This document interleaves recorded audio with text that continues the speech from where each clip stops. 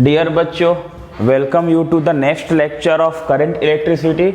आज हम लोग मीटर ब्रिज या स्लाइड वायर ब्रिज के बारे में डिस्कशन करने वाले हैं। बच्चों, लास्ट लेक्चर में हमने व्हीटस्टोन ब्रिज प्रिंसिपल के बारे में डिस्कशन किया था। व्हीटस्टोन ब्रिज प्रिंसिपल में क्या देखा हमने? Wheatstone bridge principle Kirchhoff's voltage law that is KVL का एक प्रैक्टिकल एप्लीकेशन है। Wheatstone bridge Kirchhoff's voltage law KVL का एक प्रैक्टिकल एप्लीकेशन है। ठीक है, तो केवीएल का एक प्रैक्टिकल एप्लीकेशन है। अब उस प्रैक्टिकल एप्लीकेशन में हमने क्या देखा? प्रैक्टिकल एप्लीकेशन केवीएल का एप्लीकेशन, और उस केवीएल के एप्लीकेशन का एक प्रैक्टिकल एप्लीकेशन मीटर ब्रिज है। हमने देखा था कि वहां PQRS 4 रेजिस्टेंस था, जिसमें S अननोन रेजिस्टेंस था। S is the unknown resistance. PQRS का एक अरेंजमेंट था जिसमें S एक अननोन रेजिस्टेंस था। उस अननोन रेजिस्टेंस को थ्योरेटिकली हमने बैलेंस किया, P/Q = R/S। बट उस अननोन रेजिस्टेंस को प्रैक्टिकली हम कैसे क्लियर करेंगे? तो प्रैक्टिकली फाइंड करने के लिए हमारा टॉपिक है मीटर ब्रिज या स्लाइड वायर ब्रिज। समझ गए? देखो, तो मैं बताता हूं मीटर ब्रिज के बारे में। मीटर ब्रिज या slide wire bridge, meter bridge का दूसरा नाम स्लाइड वायर ब्रिज है। It is the simplest practical application of Wheatstone bridge. यह एक सिंपलेस्ट प्रैक्टिकल एप्लीकेशन है व्हीटस्टोन ब्रिज का, that is use to measure unknown resistance, जिसका यूज हम लोग अननोन रेजिस्टेंस को फाइंड करने के लिए करते हैं। Principle, it works on the principle of Wheatstone bridge. यह जो है व्हीटस्टोन ब्रिज के प्रिंसिपल पर वर्क करता है। क्या व्हीटस्टोन का था कि जब ब्रिज बैलेंस कंडीशन में होगा, समझना, When bridge is in balance condition, जब व्हीटस्टोन ब्रिज बैलेंस कंडीशन में होगा, P/Q R/S होगा। That is हम बोल सकते थे कि when Wheatstone bridge in balance condition, हाँ लिखे भी, where S अननोन रेजिस्टेंस, जहाँ S क्या हमारा अननोन रेजिस्टेंस है। समझ गए बात को? तो जो P/Q = R/S का कॉन्सेप्ट था, जहां से S मेरा अननोन रेजिस्टेंस था, उस अननोन रेजिस्टेंस को फाइंड करने के लिए हम लोग मीटर ब्रिज का यूज करते हैं। इसका कंस्ट्रक्शन भी कुछ लिखते हैं। क्या कंस्ट्रक्शन है, समझना जरा कंस्ट्रक्शन, क्योंकि कंस्ट्रक्शन के बाद हम लोग डायग्राम बनाएंगे और वर्किंग करेंगे और देखेंगे कि हम लोग एस अननोन रेजिस्टेंस को कैसे फाइंड करते हैं। देखिए, it consist of generally 1 meter long, 1 meter का तार होता है, 1 मीटर का लॉन्ग मैग्नीन वायर। देखिए, एक नया वर्ड है मैग्नीन वायर। मैग्नीन वायर, देखो ये मैग्नीन वायर क्या बता दूं मैं कि मैग्नीन वायर हो सकता है या MAGNA, मैग्नीन वायर हो सकता है। मैग्नीन एक एलोय है, हिंदी में अयस्क बोलते हैं। क्या क्या होता है मैग्नीन में? तो मैग्नीन में मैं बोल दूं ना कि कॉपर होता है 84%, कॉपर 84% होता है, और मैग्नीज होता है 12%। कितना हो गया? और जो निकेल है ना वो 4% होगा, तो 16 और हाँ तो 100%। मतलब ये मैग्नीन वायर में कॉपर 84% है, मैग्नीज 12% है, या निकेल 4% है। ठीक है, इस मैग्नीन वायर के प्लेस में हम एक और वायर ले सकते हैं, वो हम बता दें, कॉन्स्टेंटन का वायर ले सकते हैं। देखो, कॉन्स्टेंटन वायर, ये यहीं तक था इसका कंस्ट्रक्शन, CONSTANTAN। ये कॉन्स्टेंटन में क्या होता है? इसमें ये भी एलॉय है, समझे? इसमें कॉपर होता है तुम्हारा 55% और निकेल होता है तुम्हारा 45%। ठीक है, अब बात है कि सर ये जो आपने वुडन बोर्ड लिया, ये जो आपने मैग्नीन वायर लिया, ये आप बोलते कॉन्स्टेंटन का वायर लिया, तो इसके बदले सर कॉपर का तार नहीं ले सकते थे? देखो, कॉपर का तो है ही मिक्सर, इसमें मिक्सर करने का क्यों मिक्स किए? कारण है, आगे चल के हम एक कॉन्सेप्चुअल क्वेश्चन बताएंगे, why manganin wire is used. लिख सकते हो साइड में उसको, मैग्नीन वायर या constantan wire has high resistivity and low temperature coefficient. इसका क्या खासियत है? इसका रेजिस्टिविटी हाई होगा मैग्नीन वायर का, और टेम्परेचर कोफिशिएंट जो अल्फा निकालने से करंट इलेक्ट्रिसिटी में उसका वैल्यू कम होगा। इसलिए हम लोग यहाँ पर मैग्नीन वायर लेते हैं। सर हाई रेजिस्टिविटी होने से क्या हुआ? करंट का फ्लक्चुएशन कम होगा, कांस्टेंट करंट फ्लो करेगा। आ रहा बात समझ में? ठीक है, तो आते हैं इसमें। देखिए, It consists of generally 1 meter long मैग्नीन wire of uniform cross section fixed on A wooden board. एक लकड़ी का बोर्ड होता है वुडन बोर्ड पर फिक्स होता है। पैरेलल टू मीटर स्केल, एक मीटर स्केल भी लगा होता है, मैं डायग्राम में दिखाऊंगा इसको। 2 कॉपर स्ट्रिप्स, 2 कॉपर का छड़ होता है, स्ट्रिप्स मैंने छड़, एल शेप में, एल ऐसे मुड़ा हुआ एल शेप में कॉपर का छड़ होता है, इसके दोनों एंड में फिक्स होता है। कंस्ट्रक्शन में ज़्यादा लिखना नहीं इसलिए मैं शॉर्ट में लिख दिया। एक रेजिस्टेंस बॉक्स होगा, एक गैल्वेनोमीटर होगा, sensitive galvanometer and jockey is also connected. अब बाबू जॉकी क्या होता है, ये जब आपका क्लास चलते रहता ना तो एक प्रैक्टिकल होता व्हीटस्टोन का, व्हीटस्टोन एक प्रैक्टिकल है, आपको जॉकी दिखाता। मैं आपको इतना बता दूं कि बैटरी आप देखे होंगे, बैटरी में जो कनेक्शन होता है ना, जैसे जो कपड़ा जब हम लोग सुखाते हैं तो उसमें हैंगर में जो चिपका हुआ ऐसे दाबते हैं, उसी तरह से बैटरी में कनेक्ट होता है। वो बैटरी में जो कनेक्ट करते हैं वो जॉकी है, ठीक है। तो जॉकी का क्या रोल है हम अभी डायग्राम बनाएंगे, वर्किंग में क्लियर होगा। तो एक सेंसिटिव गैल्वेनोमीटर और एक जॉकी जो है ऑल्सो कनेक्टेड है अरेंजमेंट में। तो हम लोग इसका डायग्राम बनाते हैं कि एक्चुअल में मीटर ब्रिज होता कैसा है, इसे नोट करो पहले।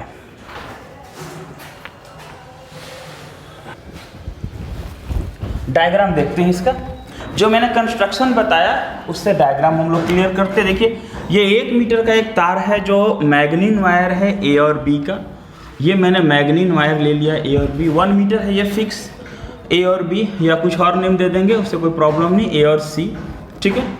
इस तरह से मैग्नीन वायर मैंने ले लिया। अब मैग्नीन वायर का ये जो 2 एंड है ना, इस दोनों एंड पे 2 कॉपर का स्ट्राइप्स हम लगाते हैं, कॉपर का।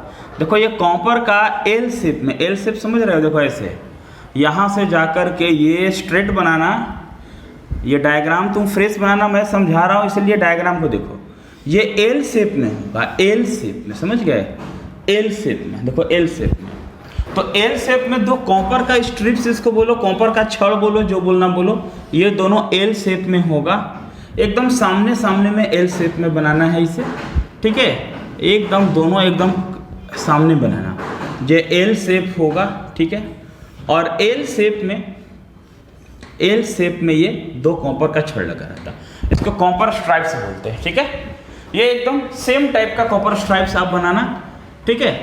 अब डायग्राम कैसे बनेगा वो पहले देख लो। ये CS बोलते हैं इसको, कॉपर स्ट्राइप्स, ये कॉपर का छड़ होता है, ये कॉपर का छड़ होता है CS, ठीक है। ऐसा हम बना सकते हैं, ऐसा कॉपर स्ट्राइप्स 2 हो गया। अब देखो एकदम सामने सामने, अगर ऊपर नीचे लगता हो कोई बात नहीं, आप सामने सामने बनाना, मैं क्लियर करता हूँ।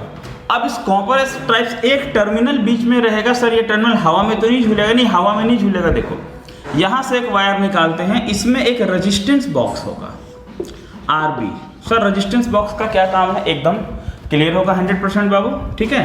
अब इस रेजिस्टेंस बॉक्स का एक कनेक्शन टर्मिनल से कनेक्ट कर देते हैं। यहाँ से एक दूसरा वायर निकालते, समझते चलो कैसे डायग्राम बनेगा। यहाँ पर अननोन रेजिस्टेंस जो हमको निकालना है वो रहेगा S। जो अननोन रेजिस्टेंस इसका क्या वैल्यू है वो S यहाँ रहेगा। अब डायग्राम समझोगे तो न्यूमेरिकल प्रॉब्लम बहुत अच्छे से आप बना पाओगे, समझ लो मेरा बात। तो ये S अननोन रेजिस्टेंस है। अब इस रेजिस्टेंस बॉक्स से कोई R रेजिस्टेंस हमको लेना है। रेजिस्टेंस बॉक्स से एक रेजिस्टेंस बॉक्स मीन्स बहुत सारा रेजिस्टेंस का कलेक्शन। बॉक्स का मतलब लग ही रहा है कलेक्शन होता है, उसमें बहुत ज़्यादा रेजिस्टेंस है, एक सूटेबल रेजिस्टेंस लेना है। सर कौन सा सूटेबल रेजिस्टेंस लेना, एकदम क्लियर करते हैं, ध्यान देना। अब क्या करना, यहाँ से इस टर्मिनल से, अब समझ गए ना, टर्मिनल हवा में नहीं होगा, यहाँ से टर्मिनल से कनेक्ट करते हैं और एक गैल्वेनोमीटर लगा देते हैं, सेंसिटिव गैल्वेनोमीटर इसको बोलेंगे, ठीक है। और गैल्वेनोमीटर रेजिस्टेंस बॉक्स से गैल्वेनोमीटर, आप यहाँ भी एक रेजिस्टेंस बॉक्स दे सकते हैं, ठीक है, बट जरूरत नहीं है। और गैल्वेनोमीटर से कनेक्ट होगा एक जॉकी को यहाँ लगा देते, सब छोड़ो, इसका नाम B है, ठीक है। इस पूरा ये 0 था, ये 100 सेंटीमीटर था, 1 मीटर मैंने 100 सेंटीमीटर, 1 मीटर का लेंथ था ना 100 सेंटीमीटर। A से B के डिस्टेंस को L मान लेते हैं, तो B से डिस्टेंस का हो गया 100 माइनस। देखो समझ गए बात को। मैंने जॉकी को यहाँ लगाया, ये जॉकी को यहाँ लगाया J, ये L और ये 100 माइनस L, समझ गए बात। तो कॉपर स्ट्राइप्स था इस प्लेस में, कॉपर स्ट्राइप्स था, ये मैंने J जॉकी यहाँ कनेक्ट किया, ये L लेंथ को L ले लिया, इसको कंसीडर कर लिया। A से B L है तो B से C हमारा हो गया 100 माइनस L। क्योंकि ये पूरा यहाँ से यहाँ 100 सेंटीमीटर था। ये कैसे दिख रहा, इसी को दिखने के लिए ना मीटर स्केल कहीं लगा देते, यहीं लगाते, बट जगह नहीं है तो आप डायग्राम इधर कर सकते हैं। एक मीटर स्केल, ये मीटर स्केल क्या होता है, ये 1 मीटर का होता है। 1 मीटर मीन 100 सेंटीमीटर, यानी वो 100 पार्ट्स में डिवाइड है। तो आप जहाँ जॉकी को कनेक्ट कर रहे हैं, अगर मान लो आपने जॉकी को 40 सेंटीमीटर में कनेक्ट किया, तो उधर 60 हो गया, इधर 40 हो गया। सर जॉकी को कहाँ कनेक्ट करते हैं, 1 मिनट, आप पढ़े 4 रेजिस्टेंस होता है, PQRS, समझ रहे बात को, क्या होता, 4 रेजिस्टेंस PQRS। तो एक P यहाँ होता और एक Q यहाँ होता, RS हो गया। सर करंट नहीं फ्लो करवाएंगे एकदम, या तो तुम यहाँ से नीचे निकाल के करंट फ्लो करवाओ, या फिर यहाँ से ऊपर में ले जाओ, कहीं भी तुम्हारा जैसे मन करे, यहाँ से ले जाओ, कहीं भी बैटरी लगाओ, प्लस माइनस लगाओ, दिख रहा है ना बोर्ड पे, नहीं दिख रहा कोई बात नहीं, लगा लेना प्लस माइनस बैटरी, और ये करंट का फ्लो करेगा। यानी ये की हो गया, की को क्लोज करेंगे, प्लस माइनस बैटरी, करंट का फ्लो शुरू होगा। देखो करंट का फ्लो शुरू होगा इस तरीके से। तो ये हुआ होल मीटर ब्रिज का कंस्ट्रक्शन, होल मीटर ब्रिज का कंस्ट्रक्शन। अब हम आराम से बोलते हैं, उसको सुनते जाना, आप डायग्राम को नोट करो पहले, ठीक है। चलिए डायग्राम दिख रहा है आपको, थोड़ा सा ये लाइन नहीं दिखता हो तो समझ लेना, यहाँ से ये लाइन को कनेक्ट किए हैं, ये लाइन इधर गया है, ठीक है ना, ये लाइन ऐसे आके कनेक्ट हुआ है और कुछ नहीं, समझ गए बात को। ये की है, की को मैंने क्लोज किया है इस तरह से, कहीं भी स्विच देते, कहीं भी स्विच दो, की तो कहीं भी देना है, क्लोज किए तो करंट का फ्लो स्टार्ट हो गया इस तरीके से।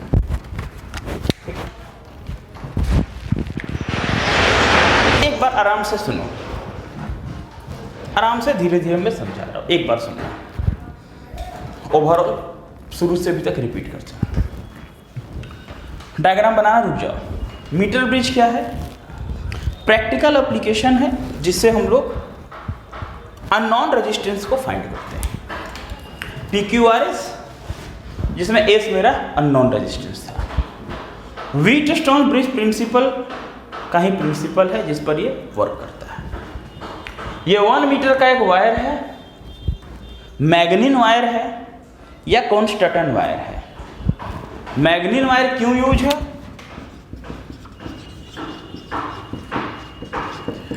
मैग्नीन एक एलॉय है, इसका कंपोजिशन मैंने बता दिया, इट हैज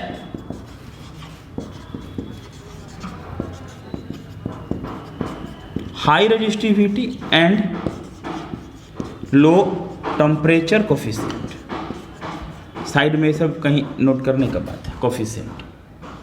देखिए ये मैग्नीन वायर कनेक्ट है, ये बैटरी कनेक्ट है, करंट का फ्लो हो रहा है। ये तो कॉपर का छड़ है, एल शेप में कॉपर का छड़ है ऐसे, ठीक है। दोनों एंड को फिक्स किए हुए हैं, 100 सेंटीमीटर मीटर स्केल, यहाँ से रीडिंग देखना है। एक रेजिस्टेंस बॉक्स है, unknown resistance S, P, Q, R, S, चारों रेजिस्टेंस, जो चारों रेजिस्टेंस को हमने व्यवस्था में बनाया। वो चारों रेजिस्टेंस का एक P है, एक Q है, एक R है, एक S। तो 4 रेजिस्टेंस मेरा इस तरह से कनेक्ट है। यहाँ पर 2 बात दिमाग में नहीं आता होगा, सर एक रेजिस्टेंस बॉक्स का क्या काम है और सर जॉकी का क्या काम है, क्लियर है ना। अब वर्किंग में हम समझते हैं, देखना डायग्राम आपके पास है, वर्किंग देखो। जैसे हम समझो, आपके पास तो है ही ये पूरा वीडियो, आप जैसे चाहे जब डायग्राम बना सकते हैं, समझ सकते हैं। जैसे स्विच को हम ऑन करते हैं, करंट का फ्लो शुरू होता है। जब करंट का फ्लो स्टार्ट होगा तो गैल्वेनोमीटर डिफ्लेक्शन बताएगा। जब करंट का फ्लो शुरू होगा तो गैल्वेनोमीटर डिफ्लेक्शन बताएगा। व्हीटस्टोन ब्रिज प्रिंसिपल में पढ़े थे कि जब तक गैल्वेनोमीटर का डिफ्लेक्शन 0 नहीं हो जाएगा, मतलब जब तक गैल्वेनोमीटर अपना डिफ्लेक्शन बताना बंद नहीं करेगा, जब तक गैल्वेनोमीटर अपना डिफ्लेक्शन करना बंद नहीं करेगा, समझ रहे बात को ना, तब तक व्हीटस्टोन बैलेंस नहीं होगा। तो अब जॉकी क्या है, जॉकी जो मैंने बताया चिमटा के आकार का जॉकी एक डिवाइस है। अब जॉकी को लेकर के पूरा वायर पे टच कर रहे, स्लाइड करवा रहे, हर एक जगह पे डिफ्लेक्शन बता रहा है। अब जो रेजिस्टेंस का वैल्यू यहां रखा हुआ है, उस रेजिस्टेंस के वैल्यू से ही अगर काम चल जाए कि पूरा वायर में एक ऐसा पॉइंट मिलेगा जब हम जॉकी को पूरे वायर पे स्लाइड करवाएंगे,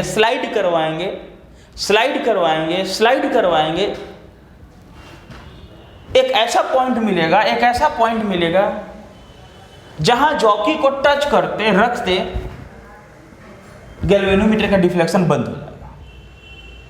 एक ऐसा पॉइंट मिलेगा जहां जॉकी को रखें, जॉकी को टच किए, गैल्वेनोमीटर का डिफ्लेक्शन बंद हो गया। नहीं बंद हुआ, यहां से वहां तक पूरा स्लाइडे करवाते, कहीं भी पूरा स्लाइडे करवा रहे और गैल्वेनोमीटर का डिफ्लेक्शन बंदे नहीं हो रहा, परेशान है, तो रेजिस्टेंस बॉक्स है ना, वो रेजिस्टेंस बदल के दूसरा रेजिस्टेंस लगा देंगे।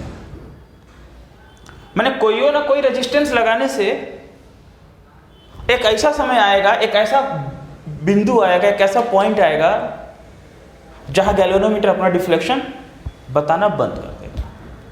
तो रेजिस्टेंस बॉक्स में बहुत सारा रेजिस्टेंस है, एक तो से काम नहीं चला, दूसरा यूज कर लिया, प्रैक्टिकल कर रहे हैं, बदल दे रहे हैं बार बार, बिना बदले काम हो गया तो ठीक है, बॉक्स अपना जगह पे है, कोई काम का नहीं, जो मेरा रेजिस्टेंट था उसी से हो गया, नहीं तो बदलेंगे उसको।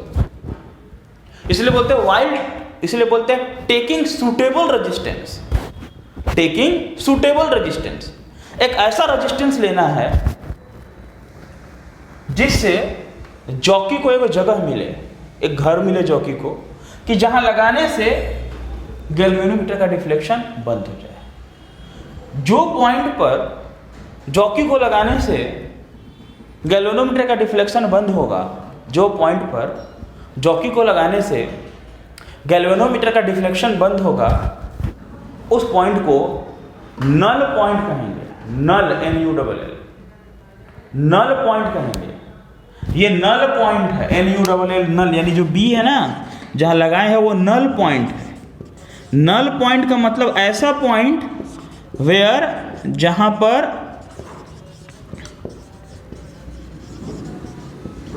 Galvanometer show no deflection,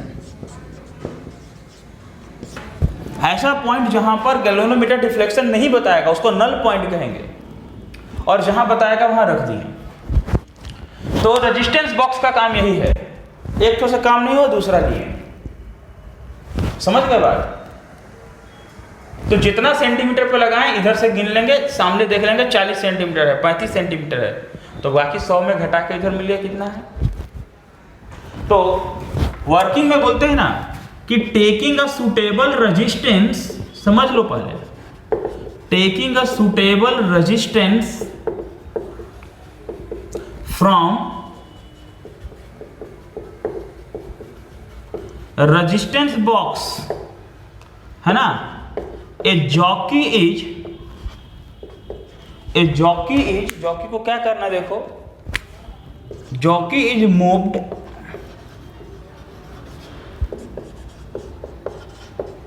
along the wire till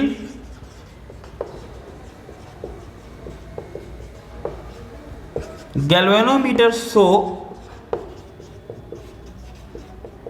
no deflection। तब तक मूव करना है जब तक गैल्वेनोमीटर डिफ्लेक्शन नहीं बताएगा, है ना। Jockey is adjusted at a point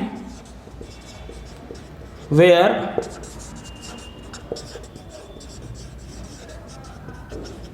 galvanometer show no deflection। ऐसा एडजस्ट करेंगे जहां गैल्वेनोमीटर नो डिफ्लेक्शन बताएगा, और उस पॉइंट को नल पॉइंट कहेंगे। जो पॉइंट है ना, ब्रैकेट में लिख देंगे नल पॉइंट।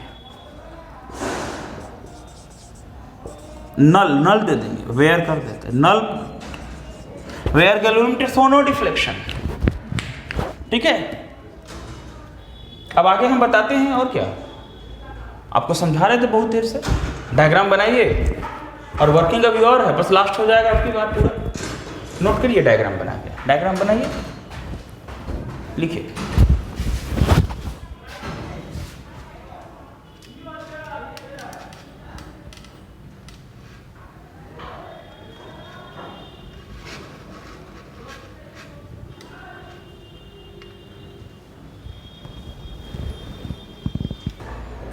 लिख लीजिएगा फ्रेश करके इसे, ठीक है, एडजस्ट कर लीजिएगा अगर आगे पीछे हो गया हो तो। देखो, तो हमने बोला कि सुटेबल रेजिस्टेंस लिए रेजिस्टेंस बॉक्स से, तो जॉकी को मूव्ड किए वायर पर till galvanometer show no deflection, jockey is adjusted at a point where galvanometer show no deflection, point को नल पॉइंट बोलेंगे। देखो, अब गैल्वेनोमीटर जॉकी एडजस्ट हो गया, समझ गए बाबू, जॉकी एडजस्ट हो गया, गैल्वेनोमीटर का डिफ्लेक्शन बंद हो गया, है ना, तो क्या होगा, that is in balance condition. अब एडजस्ट हो गया, गैल्वेनोमीटर का डिफ्लेक्शन नहीं बता रहा, तो बैलेंस कंडीशन हो गया, और उस बैलेंस कंडीशन में ध्यान देना, P by Q is equal to R by S हो गया, ये हो गया इक्वेशन 1। अब हमको पता है कि resistance is directly proportional to length. देखो, मान लो मैं बोल दूं कि लेट AC बराबर 100 सेंटीमीटर है ना, AC 100 सेंटीमीटर पूरा A से C, और AB हमारा हो गया L, तो BC हमारा 100 माइनस L, ये पूरा 100 सेंटीमीटर। अब ये L मान लिया तो 100 माइनस L हो गया, ठीक है। अब जो रेजिस्टेंस हम लोग पढ़े R प्रोपोर्शनल L, पढ़े ना, R प्रोपोर्शनल L, लेंथ के हिसाब से रेजिस्टेंस डायरेक्टली प्रोपोर्शनल होगा, तो इसका मतलब P प्रोपोर्शनल L, P का लेंथ से डायरेक्टली प्रोपोर्शनल है रेजिस्टेंस P का, और Q प्रोपोर्शनल 100 माइनस L, ठीक है। P का प्रोपोर्शनल L है और Q का प्रोपोर्शनल 100 माइनस L है। अब देखो, बहुत प्लेस में ना डायरेक्ट प्रोपोर्शनल हटाते हैं तो कुछ देते नहीं है, बहुत जगह दे देते हैं। देखो क्या, अगर मैं P बाई Q करूं तो क्या होगा, L बाई 100 माइनस L होगा कि नहीं होगा। तो कभी कभी क्या होता ना कि जब P प्रोपोर्शनल का साइन हटाते हैं तो एक सिग्मा को दिया जाता है, अगर नहीं भी दे तो चलता है। क्या होता है, देखो ऐसे, P is equal to sigma L, Q is equal to sigma 100 minus L, तो हो गया P by Q is equal to sigma L by sigma 100 minus L। Actual में वो सिग्मा कैंसल हो जाता, तुम नहीं भी देखे direct P by Q is equal to L by 100 minus L लिख सकते हो। ये सिग्मा है क्या, पूरा डायग्राम मिटाइए सर, नहीं, अभी एक NCERT का प्रॉब्लम इसी डायग्राम से बताएंगे, इसलिए भी इसका सामने रहना जरूरी है। देखो, इसके आगे पीछे में यूज करते हैं, ठीक है। देखो, तो क्या हुआ, वेयर सिग्मा को बोलते हैं resistance per unit length, sigma को बोलते हैं रेजिस्टेंस पर यूनिट लेंथ, और वो कैंसिल हो जाएगा। तो क्या बच गया मेरा, P by Q is equal to L by 100 minus L, ये इक्वेशन 2 हो गया। मतलब ये प्रोपोर्शनल का साइन हटाया ना, तो मैंने कांस्टेंट दे दिया, रेजिस्टेंस पर यूनिट लेंथ का कांस्टेंट, पर यूनिट लेंथ का कांस्टेंट मैंने इसे दे दिया। अब अगर नहीं दो तो डायरेक्ट P बाई क्यू लिखो, तो L बाई 100 माइनस L लिख सकते हो from equation 1 and 2। From equation 1 and 2 क्या दिख रहा है बाबू, 1 और 2 से देखो यहाँ सर, दोनों का LHS में P बाई क्यू है, P बाई क्यू है। किस फॉर्मूले से क्लियर हुआ ना, resistance is directly proportional to length, तो P by Q P by equal हो गया, तो हो गया R by S is equal to L by 100 minus L, therefore S is equal to मिल गया मेरा 100 minus L into R by L, और इस तरह से हम अननोन रेजिस्टेंस का वैल्यू फाइंड कर लिए। S is equal to unknown resistance, और अननोन रेजिस्टेंस का वैल्यू मीटर ब्रिज से फाइंड हो गया। तो मीटर ब्रिज कंप्लीट हुआ आपका। मीटर ब्रिज से हम लोग एक अननोन रेजिस्टेंस को फाइंड करते हैं, और यह एक सिंपलेस्ट प्रैक्टिकल एप्लीकेशन है व्हीटस्टोन ब्रिज का। नोट कीजिए, एनसीईआरटी का प्रॉब्लम है 3.10 3.10। क्वेश्चन ये है कि in a metre bridge the balance point is found to be 39.5 centimetre from the end A से बैलेंस पॉइंट 39.5 सेंटीमीटर है। When the resistance Y is of 12.5 ohm. ये जो Y का वैल्यू है रेजिस्टेंस, सॉल्यूशन में हम बात करते हैं Y का वैल्यू है 12.5 ओम। और बैलेंस, अब देखो डायग्राम में उतना कुछ कंस्ट्रक्शन न्यूमेरिकल में नहीं दिया रहेगा कि रेजिस्टेंस बॉक्स लगा रहे हैं, जॉकी लगा रहे हैं, वो सब कुछ नहीं रहेगा। सिंपल एक्स वाई दो रेजिस्टेंस है। अब एक्स वाई में अच्छा ये भी नहीं है ना कि आप अननोन रेजिस्टेंस को यहाँ लगाओगे। अननोन रेजिस्टेंस को आप कहीं भी लगा सकते हो। अननोन रेजिस्टेंस आपका किसी प्लेस में भी हो सकता है, ठीक है। तो सपोज करो y का वैल्यू 12.5 हो। अब x निकालना, हमें x का निकालना, ठीक है, x निकालना। और बैलेंस पॉइंट 39.5, मतलब यहाँ से जॉकी इधर से लगा दिया, कोई बात नहीं, यहाँ से लगाता कोई दिक्कत नहीं। करंट का फ्लो करवाएंगे, वो अलग अलग न्यूमेरिकल में डायग्राम हो सकता है, मीनिंग समझना है। ये दोनों रेजिस्टेंस जो कनेक्ट था इसका न्यूमेरिकल में यूज होगा नहीं, बस ये दोनों, इसमें एक नॉन है एक अननोन है, फाइंड करना, ठीक है ना। अब देखो एक्स निकालना, बैलेंस पॉइंट एल है 39.5, बैलेंस पॉइंट को ही नल पॉइंट बोलते हैं, और वो यहाँ से कनेक्ट है इस पॉइंट पर, मतलब 39.5 सेंटीमीटर पर बैलेंस पॉइंट है। That means 39.5 centimetre balance point है या 39.5 सेंटीमीटर नल पॉइंट है, वहां पर वो कनेक्ट है। तो अभी आपका ये R था, ये S था, आप इसको R समझ के सॉल्व कर सकते हो, आप इसको S समझ के सॉल्व कर सकते हो, ऐसा कोई बात नहीं।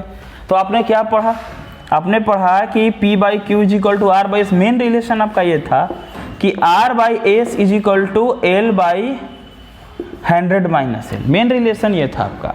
अब R बाई एस के बदले आपका क्या हो गया, x by Y, x by Y. That means जो फॉर्मूला आपने पढ़ा था वो फॉर्मूला इसमें चेंज हो गया, ठीक है। तो y इज इक्वल टू आपका क्या हो जाएगा, 100 minus L by L into x, ये होगा ना। अब इसमें आपका कोई एक वैल्यू गिवन है, कौन सा वैल्यू गिवन है, तो x का दिया हुआ, और निकालना किसका है, तो y का निकालना। एकदम सिंपली निकलेगा, आपको बस वैल्यू रख देना है और वहां निकल जाएगा s का प्लेस में, ठीक है। जैसे R बाई एस था ना, ऐसे समझ लो आप, बहुत सिंपल है। आप क्या पढ़े थे, आप इसको R पढ़े थे, इसको S पढ़े थे, तो आपका था ना P by Q is equal to R by S. तो R by S is equal to R के सामने L बाई 100 माइनस एल। इससे आपका R का प्लेस में x by Y is equal to आपका L बाई 100 माइनस एल। आप इसी फॉर्मूला को याद रखोगे, आपका सॉल्व होगा। x आपको निकालना है, y आपका है 12.5, L आपका 39.5, ये हो गया 100 माइनस 39.5। देखो x का वैल्यू कितना आता है, आप इसे सॉल्व कर सकते हो। x का वैल्यू आपको मालूम चल जाएगा कितना आ रहा बात समझ में। आप सॉल्व करना, इसका वैल्यू मैं बताता हूं 8.16 ओम, 8.16 ओम, ठीक है। अब नंबर 2 में क्या है वो देखो, नंबर 2 ये है कि determine the balance point of the bridge. Balance point निकालना है if the value of x and y are interchange. अब देखो x और y का वैल्यू को इंटरचेंज कर देना, डेट मीन्स जो मेरा x और y था वो वैल्यू मेरा बदल गया। बदल गया मतलब क्या कि अभी जो y का वैल्यू 12.5 था वो x हो गया 12.5 ओम, और y का वैल्यू हमें निकालना है। समझ गए बात को, ये निकालना नहीं, इंटरचेंज हो गया, सॉरी। अब x का वैल्यू हमने कितना निकाला 8.16, तो y का वैल्यू हो गया 8.16 ओम। तो अब L निकालना आपको, दैट मीन्स आपको अगेन ये फॉर्मूला यूज होगा कि x by Y is equal to L by 100 minus L. अब x का वैल्यू 12.5 और y का वैल्यू 8.16, इंटरचेंज बने बदल गया, समझ गए ना। हम लोग x का निकाले थे 8.16, y का प्लेस पे रख दिए, y का दिया था 12.5, x का प्लेस पे रख दिए। अब l निकालना, l यानी क्रॉस मल्टीप्लाई करके यहाँ से l निकालना, तो डेफिनेटली l निकल जाएगा यहाँ से, समझ गए ना बाप। तो आपको l निकल जाएगा। अब जब आप l निकालोगे तो आपको क्या मिलेगा मैं बता रहा हूँ। जब आप l निकालोगे तो आपको मिलेगा 60.5 सेंटीमीटर फ्रॉम इधर से, किधर से, तो अब 60.5 सेंटीमीटर फ्रॉम ए के तरफ से, क्योंकि आपने वैल्यू को बदल दिया। दैट मीन्स वही बात होगा, 39.5 ये था, 39.5 ये था, तो 100 में 39.5 माइनस करो तो 60.5 ये था। अब आप बदल दिए, y को इधर लाएं और x को उधर ले गए, तो रेजिस्टेंस का वैल्यू को इंटरचेंज कर दिए, तो अब इधर हो गया 60.5 और इधर हो गया 39.5। समझ गए बात को। यानी कि फ्रॉम एंड ए के तरफ से L का वैल्यू 60.5 सेंटीमीटर हो गया, ठीक है। तो आप इसको कैलकुलेट करो, डिफरेंटली इतना आएगा। 100% ये बात है कि आप जब कैलकुलेट करोगे तो डिफरेंटली उसमें आना है, इतना आंसर 100% आना है। और आपको ये फॉर्मूला याद रखना, R by S is equal to L by 100 minus L. यहीं से R का प्लेस में x है और उसके प्लेस में y है, और फॉर्मूला रख करके सॉल्व करना। तो बच्चों मीटर ब्रिज का ये कंप्लीट क्लास 1 हुआ, और भी इस पे न्यूमेरिकल हम देखते हैं, बनाते हैं आपको नेक्स्ट लेक्चर में। और अब हम लोग नेक्स्ट लेक्चर में पोटेंशियोमीटर में आते हैं, जो सबसे लास्ट टॉपिक होगा। अब मीटर ब्रिज, व्हीटस्टोन ब्रिज और पोटेंशियोमीटर से कुछ कॉन्सेप्चुअल क्वेश्चन भी हम लोग आएंगे, बट अब हम लोग पोटेंशियोमीटर के क्लास में आते हैं। आप मीटर ब्रिज को कंप्लीट कीजिए।